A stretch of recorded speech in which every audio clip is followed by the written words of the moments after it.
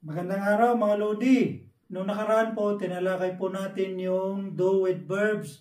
For example, palgido, heyo, or I also seal. Okay? Ngayon naman, tatalakayin po natin yung man. In English, only or just. Kapag ginamit po natin sa noun or pronoun, simply add man after noun or pronoun. For example, number 1, igo man salkoyeyo. I will only buy this. Ito lang po ang aking bibilhin. In Korean, igo man salkoyeyo. Igo man salkoyeyo. Example number 2, 저는 고기만 먹어요. I only eat meat. Karne lang ang kinakain ko. Okay?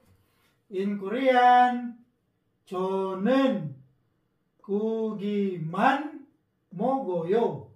저는 고기만 먹어요. Okay? Example number 3. 아침에는 커피만 마셔요. I only drink coffee in the morning. Umiinom lang po ako ng kape sa umaga. In Korean, 아침에는 커피만 마셔요. 아침에는 커피만 마셔요. Okay? Ngayon naman, kapag ginamit po natin yung man sa verbs, ganito lang po siya.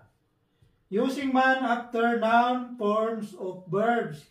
Kailangan po nating i-change yung verbs into its noun form by adding gi. Dagdagan lang po natin yung verbs ng gi.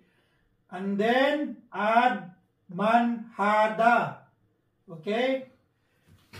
Para hindi po kayo malito, ganito po yung structure na gamitin nyo mga Lodi. Verb stem plus kiman hada. Okay? Kunin lang po natin yung verb stem, dagdag natin tong kiman hada. Example number 1. 그는 먹기만 해요. Okay? Ang verb natin dito ay mukta, to eat. Kinuha natin yung verb stem, mok na lang. Dinagdag natin yung kiman hada. Na-conjugate na po natin to into present form.